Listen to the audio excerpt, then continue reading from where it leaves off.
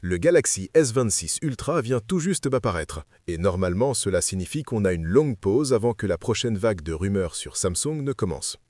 Apparemment, pas cette année.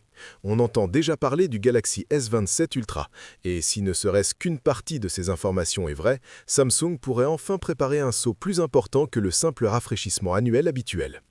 L'une des additions les plus intéressantes sur le S26 Ultra est le Privacy Display. Honnêtement, cela pourrait être l'une des fonctionnalités les plus sous-estimées de Samsung depuis des années. Le concept est assez simple, quand vous utilisez votre téléphone en public, il rend le contenu sensible plus difficile à voir pour les personnes assises à côté de vous. Et cette fonction pourrait déjà aller encore plus loin. Donc, si vous consultez des messages, des notifications ou quoi que ce soit de personnel au travail, en cours ou dans le train, les personnes à côté de vous ne profitent pas du spectacle complet gratuitement. C'est déjà utile.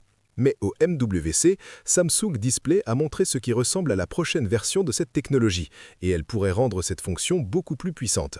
Cette nouvelle configuration ne se contenterait pas de cacher de petits morceaux d'informations, elle pourrait protéger des parties beaucoup plus grandes de l'écran.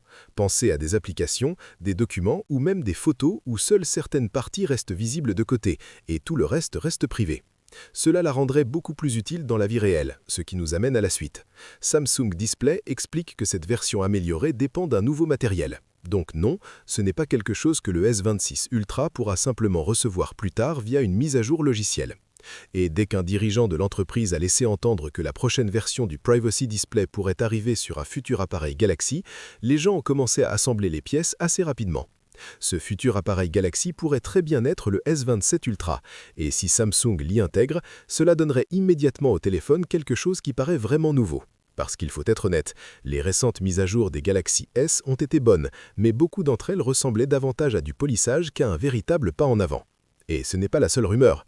Il y a aussi des rapports selon lesquels Samsung expérimente une technologie de batterie au silicium-carbone. Si la gamme Galaxy S27 l'obtient, nous pourrions voir une batterie plus grande sans rendre le téléphone plus volumineux.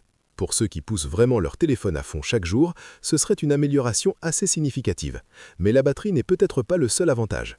Il y a aussi une rumeur concernant l'écran venant du leaker Jason C, qui affirme que Samsung travaille sur une nouvelle dalle pour le Galaxy S27 Ultra. L'idée serait qu'elle soit plus facile à voir en extérieur, tout en étant plus efficace sur le plan énergétique. En langage simple, cela signifie plus de luminosité sans que votre batterie en souffre chaque fois que vous sortez. Cela peut sembler un petit détail, mais honnêtement, c'est très important. L'un des plus grands défis des écrans smartphones modernes est d'équilibrer la luminosité et la consommation d'énergie. Si Samsung peut améliorer la visibilité en extérieur sans vider la batterie plus rapidement, c'est le genre d'amélioration que vous remarquez vraiment tous les jours, pas seulement dans une démonstration flashy en magasin. Du côté de la caméra, il pourrait enfin avoir une attention matérielle attendue depuis longtemps. Les rumeurs disent que Samsung travaille sur un nouveau capteur appelé ISOCELL HP6. Ce serait un capteur de 1 sur 1 pouce 3 conçu pour le Galaxy S27 Ultra. Et si cela se confirme, l'histoire de la caméra pourrait devenir beaucoup plus intéressante. Les téléphones Ultra de Samsung ont déjà des caméras très capables, mais le matériel n'a pas évolué de façon aussi spectaculaire que beaucoup l'attendaient des dernières années.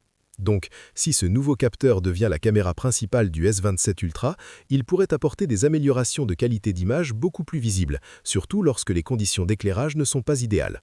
Ensuite, il y a une autre possible addition, Polar ID. Actuellement, les téléphones avec reconnaissance faciale sécurisée ont généralement besoin d'une découpe assez grande ou d'une zone en forme de pilule pour tout le matériel lié au scan facial 3D. On dit que Polar ID fonctionnerait différemment, et si c'est le cas, cela pourrait faire une plus grande différence qu'il n'y paraît au premier abord. Au lieu d'utiliser une cartographie faciale 3D classique, Polar ID scannerait votre visage utilisant la polarisation de la lumière. L'avantage clé est la taille. Le système serait environ 50% plus petit que les solutions actuelles, ce qui signifie que Samsung pourrait potentiellement offrir une authentification faciale sécurisée de type ID sans la besoin de cette grande découpe en forme de pilule sur l'écran. Si cela apparaît sur le S27 Ultra, Samsung pourrait garder l'avant du téléphone plus clair et améliorer la sécurité. Bien sûr, tout cela est encore très préliminaire et le téléphone est encore à 1 an de sa sortie, donc beaucoup de choses peuvent changer. Mais avec les rumeurs sur les améliorations d'écran, le matériel caméra, la technologie de batterie et Polar ID, le S27 Ultra pourrait finir par représenter un saut beaucoup plus important. Est-ce que cela suffirait pour vous faire passer à la mise à jour ?